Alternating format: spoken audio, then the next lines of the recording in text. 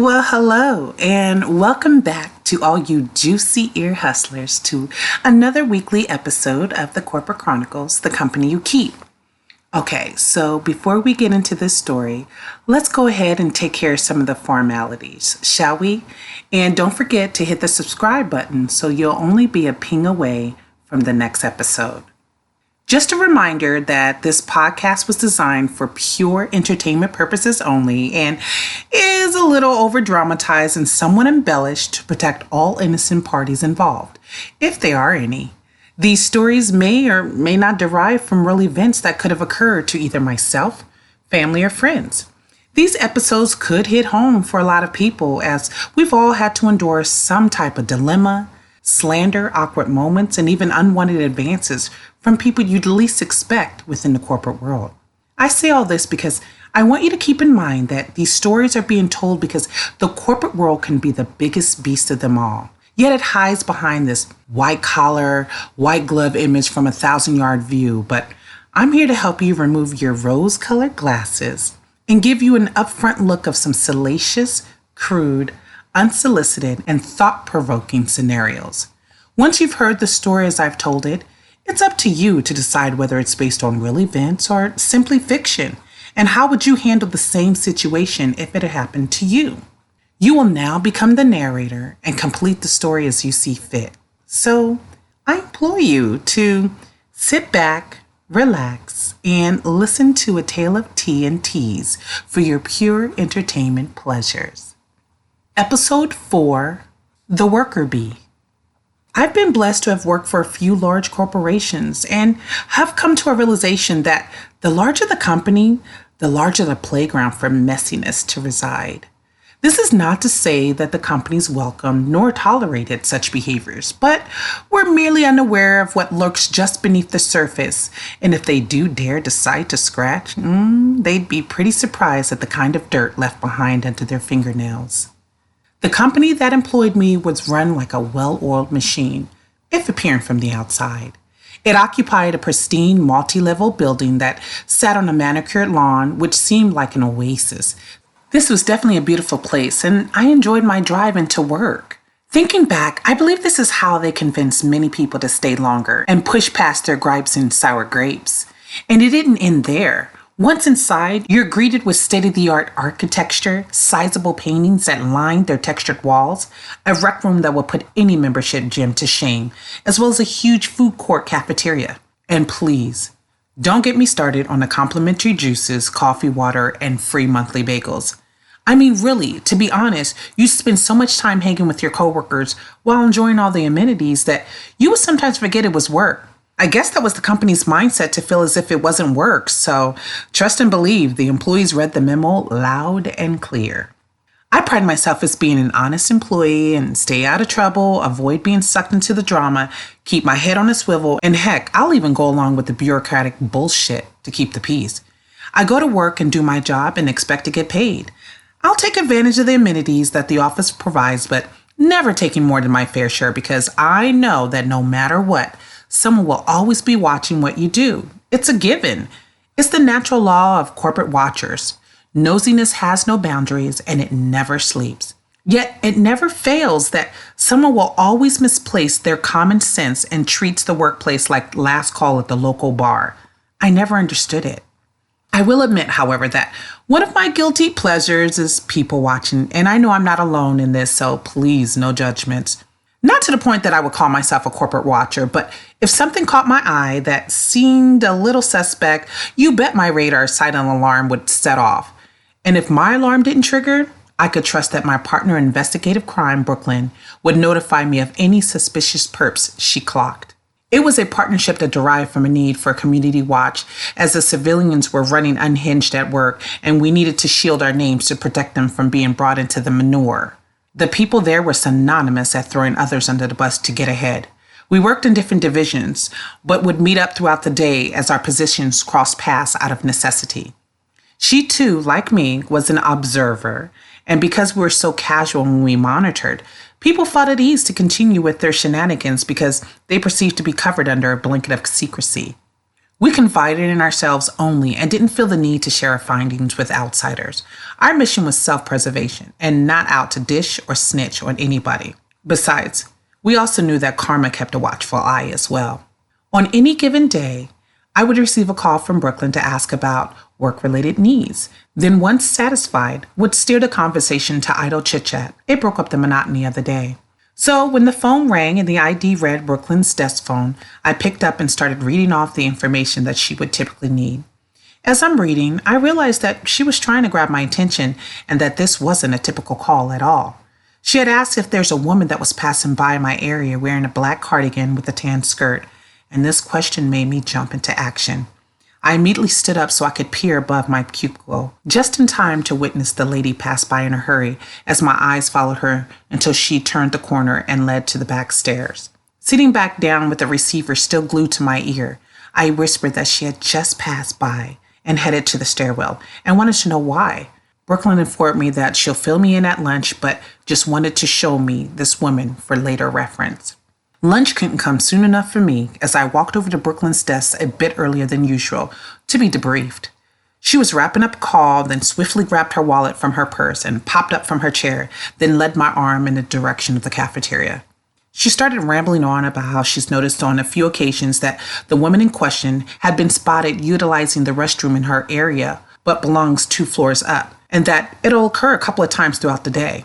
I thought to myself, great, so you've ID'd a woman who's got IBS who chooses to deuce it out in another territory? Why am I supposed to care about this? Brooklyn continued with the allegations that she believes said woman, let's call her Tracy, was up to something as she had run into the restroom last week and something seemed off. I sat there staring at Brooklyn in hopes of her getting to the point as my attention span was starting to wander towards whether or not I should break my diet and get dessert, as a slice of cake right now would be a lot more satisfying than this scoop of nothing that she thought she was serving up hot. And struggling with my own debate in my head, she stops speaking and says, don't you agree? And for the life of me, I truly could not. Brooklyn, I'm not sure what you want me to do with this limited information. It's not relevant to me nor you. Unless she's taking your favorite stall, why do we care? Then she says, see, I think this lady is in some kind of trouble and may need our help. When standing in the mirror, I tried to make eye contact and she seemed almost too timid and a bit uneasy to face me. She quickly fixed her face and beelined it out the door. Her energy was off. Now, I've known Brooklyn long enough to know that when she states anything about energy, I should listen. Her intuition is priceless. We both chose to use the remainder of the break to devise a plan to where we track Tracy's movements throughout the building to pinpoint if her angst is work-related or do her fears lie outside of the company walls. I had to admit, we hadn't had a tracking mission in a while, and knowing that I was potentially helping another woman who could be in trouble or, at the minimum, feeling alone and could use a friend did put me in a good mindset. So the next couple of days, she and I would take turns scanning Tracy's steps and would reconvene at the end of the day to compare notes. In 2 days, we concluded that she liked to take breaks away from her stressful day by walking around the building. She enjoys eating off campus for lunch, and her sporadic meetings with various company heads was as typical as you can get. So maybe Brooklyn was wrong this time. Then Brooklyn proceeds to ask me how many times did she go to the restroom? And until she had asked, I really didn't consider that in my investigation. I mean, I remember her going before one of her meetings, but didn't think too much on it, as I did have other things to do. I only followed her until she reached her destination, then returned back to my priorities. I never had the time to wait out her meetings or check when she returned from lunch, only that I knew she attended. Brooklyn sensed that we were missing key details and insisted that tomorrow's stakeout would need to be a bit more closely guarded, as it was Friday and was celebrated company-wide as a weekly slacker holiday. This day was perfect to tighten up our intel. Arriving into work 30 minutes earlier than usual to meet a deliverable deadline so I could focus the day on Tracy's whereabouts, I noticed a figure coming from behind a large SUV while walking into the building. Without being too obvious, I quickly surveyed the area as if I needed to set eyes on my car and reset the alarm in order to grab a quick glance at the figure to my right. To my surprise, it was Tracy, and she too was getting an early jump start to her workload. And I gotta say, her disposition seemed very pleasant. This irony was not escaping my thoughts either. Once Brooklyn arrived, I brought her up to speed on Tracy's arrival in her large SUV, and she instantly let me know that she drives a small two-door car, as she discovered in her recon mission. She advised that her spidey senses are tingling and demanded that we start our hunt now. We both headed upstairs to Tracy's area to put eyes on her and saw she was working in her cubicle, and within 5 minutes, she was on the move to her first meeting. This was expected because her calendar reflected busy for this time, but with her scheduled events being marked as private, we didn't know who or where she was to be. Following her to a manager's office, Brooklyn and I were trying to decipher who could stay until the meeting was over and then hand over to the next, when all of a sudden the manager's door flung open and Tracy was on the move again. Now facing each other with confusion as the meeting was scheduled for an hour, we quickly trailed Tracy to see if there was anything wrong. She took us through the back stairs, down to the basement floor, and out through the side door. As we peeked out, we couldn't figure out where she had disappeared, so we took a chance of getting caught and started searching around for her, because after all, she could be outside crying. Slowly pivoting around a corner of the building, we noticed her standing amongst a row of huge dumpsters, like she was waiting for a city bus. Then out from the other direction was the manager that she was just in attendance. We were perplexed. They immediately started to embrace, touching all over and kissing deeply, as if they were on a timed conjugal visit at Rikers. We couldn't believe it. There were skirts being raised, boxer briefs revealed, a nipple on display, and we darted back into the building before we locked eyes with the trouser snake. This was way more than we bargained, and it showed by our open jaws that were locked by shock. We stayed hidden behind the basement's side door, as there was no question we were continuing our investigation on good old Miss Tracy, if you're nasty. With the dumpster deed deemed done, she slid her way back up to her infamous bathroom, cleaned herself up, and headed back to her desk. She was definitely a pro at this because she never batted an eye as she adjusted the picture frame by her keyboard that hosted her husband and child. She rested her body for a couple of hours by focusing on work, but was off again to take a morning break. I was hoping she wasn't going for round 2 with the manager again because she still had a long day ahead of her, according to her block calendar.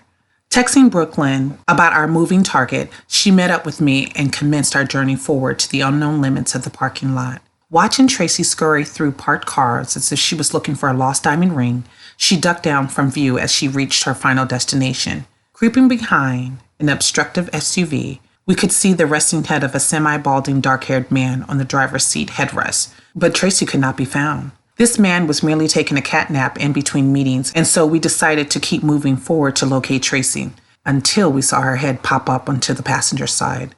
There was Tracy, giving this man's penis mouth-to-mouth resuscitation with no hesitation, outside of continually checking her blind spots for passerby. Wait, not only is she cheating on her husband with a manager, she has another man on the side?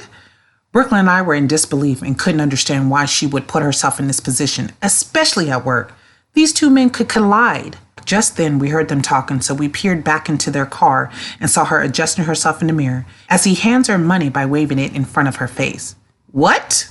She took it effortlessly, smiled at him, and looked around before emerging out of the car.